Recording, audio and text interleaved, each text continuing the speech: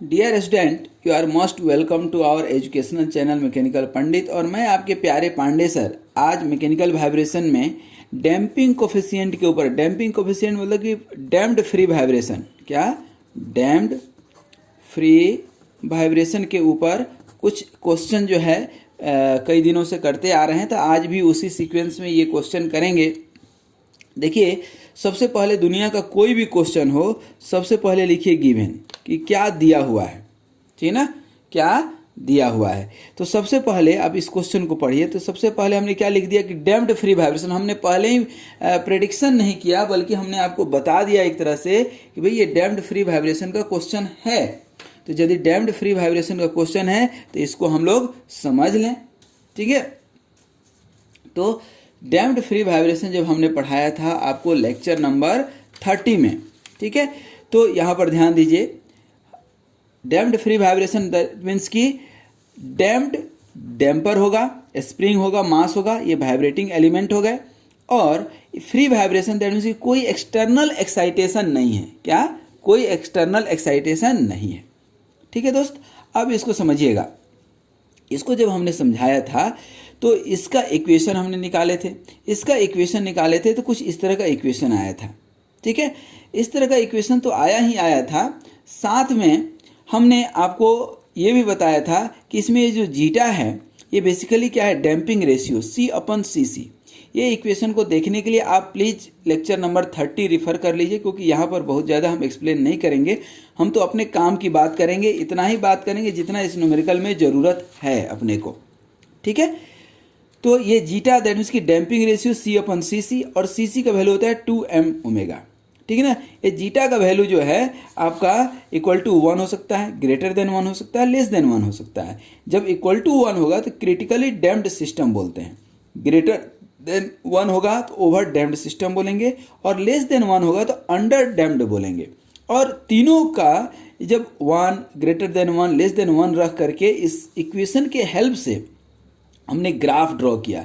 Graph किसके बीच में draw किया, ये आपका x ऑफ t मतलब डिस्प्लेसमेंट, एम्पलीट्यूड एंड टाइम। तो एम्पलीट्यूड एंड टाइम के बीच जब ग्राफ प्लॉट किए तो आप देख सकते हैं कि ये जो है आपका रेड कलर वाला ओवर डैम्प्ड सिस्टम का है, डायरेक्ट ऐसे उतर गया। और ये क्रिटिकली डैम्प्ड के लिए है, ब्लू वाला। और ये जो ग्रीन वाला देख रहे हैं आप, ये किसके लिए है, अंडर डैम्प्ड के लिए है। अंडर डैम्प्ड जब डैम्पिंग रेशियो का वैल्यू क्या होगा, लेस देन 1 होगा, ठीक है दोस्त।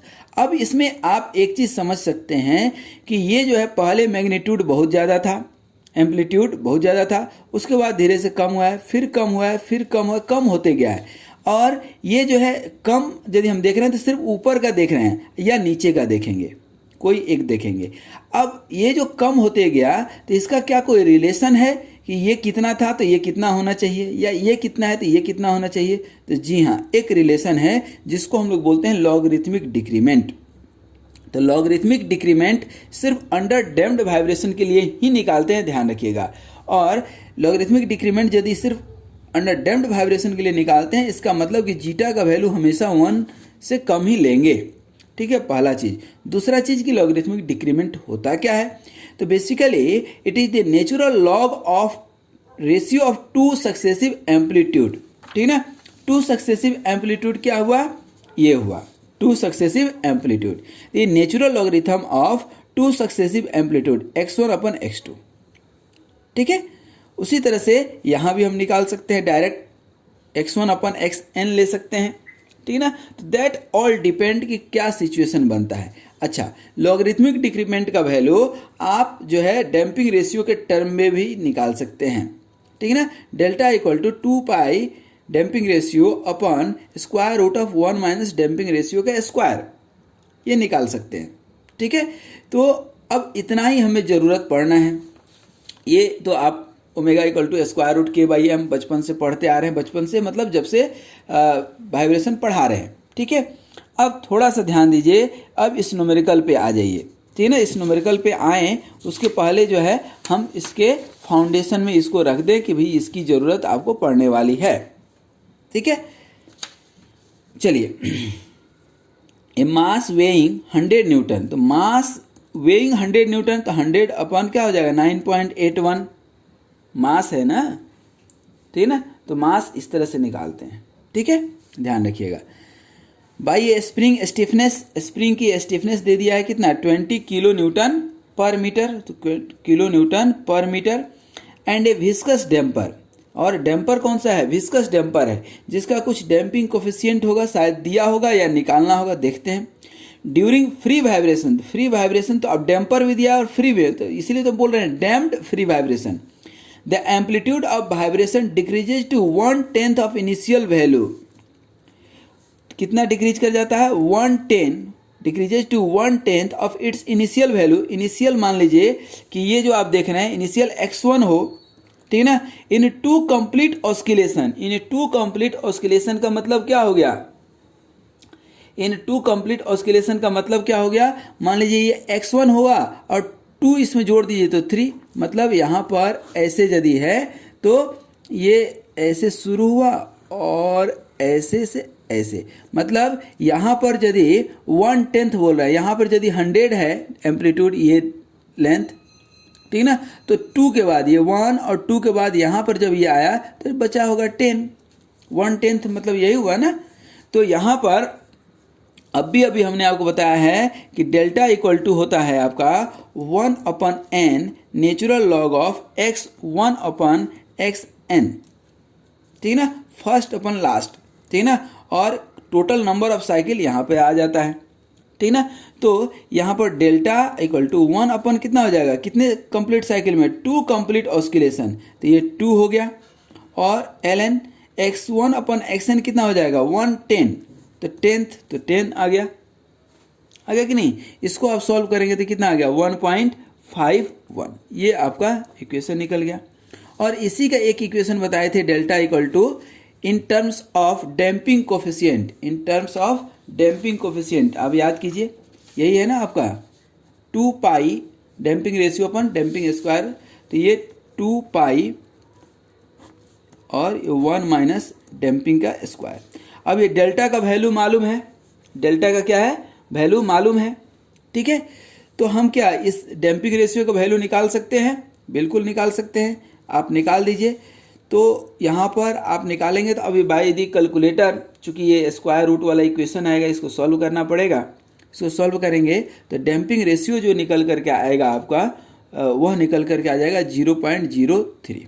तो 0.03 है दोस्त, इसका मतलब है 0.03 है, इसका मतलब है कि 1 से कम है, तो ये अंडर डैम्प्ड वाइब्रेशन है, ठीक है, एकदम बिल्कुल क्लियर होना चाहिए, क्या क्लियर होना चाहिए। अब ये जो है डैम्पिंग कोफिशिएंट क्या होता है C/cc होता है। cc का वैल्यू क्या होता है देखिए तो 2mw, 2 और m रहने दीजिए, और w का क्या होता है k/m, ठीक है। ये 2m का वैल्यू कितना है 100/9.8, तो 100/9.8, और स्क्वायर रूट k कितना है 20, तो 20 इंटू 1000 अपन m क्या है 100/9.8 अगेन हो जाएगा। इसको आप सॉल्व करेंगे तो यहाँ cc का वैल्यू निकल करके आएगा 903 न्यूटन सेकेंड पर मीटर, ठीक है ना। जब ये cc का वैल्यू निकल गया और ये जीटा का वैल्यू मालूम है, तो जीटा का वैल्यू कितना है 0.03, c और cc का वैल्यू यहाँ निकाल लिए 903, तो ये c का डैम्पिंग कोफिशिएंट निकाल सकते हैं कि नहीं, और ये निकल करके आ जाएगा आपका लगभग आपका 29 न्यूटन सेकेंड पर मीटर, ठीक है ना। ये आंसर निकल करके आ गया, ठीक है। तो ये जो है एक्चुअली क्या है, क्वेश्चन तो बहुत आसान है but concept should be clear. यदि आपका कॉन्सेप्ट क्लियर है तो आपको तुरंत यहाँ पर जैसे ही बोला 1/10 टू इनिशियल वैल्यू, तुरंत आपके दिमाग में क्या आ जाना चाहिए, ये लॉगरिथमिक डिक्रीमेंट का इक्वेशन, कौन सा, ये वाला इक्वेशन। जैसे ही ये वाला इक्वेशन आया, ठीक है ना, तो लॉगरिथमिक डिक्रीमेंट, अब ये निकलते हैं ये इक्वेशन आपके दिमाग में आ जाना चाहिए। ये जैसे ही निकल करके आया ये इक्वेशन आ जाना चाहिए, और ये इस इक्वेशन के लिए डैम्पिंग क्रिटिकल डैम्पिंग कांस्टेंट चाहिए, क्रिटिकल डैम्पिंग कांस्टेंट के लिए ये इक्वेशन आपके दिमाग में आ जाना चाहिए। तो ये सारे इक्वेशन यदि आपके दिमाग में आ जाते हैं तो अपना काम बन गया, और काम ही तो बनाना है, अपने को न्यूमेरिकल बनाना है, ठीक है ना। तो आई होप इस तरह का न्यूमेरिकल आपसे बन जाएगा, और इसी उम्मीद के साथ हम विदा लेते हैं। और जो है खूब न्यूमेरिकल प्रैक्टिस कीजिए, थ्योरी प्रैक्टिस कीजिए। हम लोग फिर किसी नए वीडियो में नए न्यूमेरिकल के साथ या नए थ्योरी के साथ मिलेंगे। तब तक के लिए धन्यवाद और शुभ आशीर्वाद। और स्वस्थ रहिए, मस्त रहिए, मुस्कुराते रहिए और इस चैनल को थोड़ा सा प्रमोट करते रहिए। कर भला तो हो भला। आप मेरा नहीं बल्कि अपने दोस्तों का, किसी दूसरे का, ज़रूरतमंद का भला कर रहे हैं, ठीक है। वो भी देखेगा, कुछ सीखेगा, ठीक है ना। चलिए, anyway, thank you very much.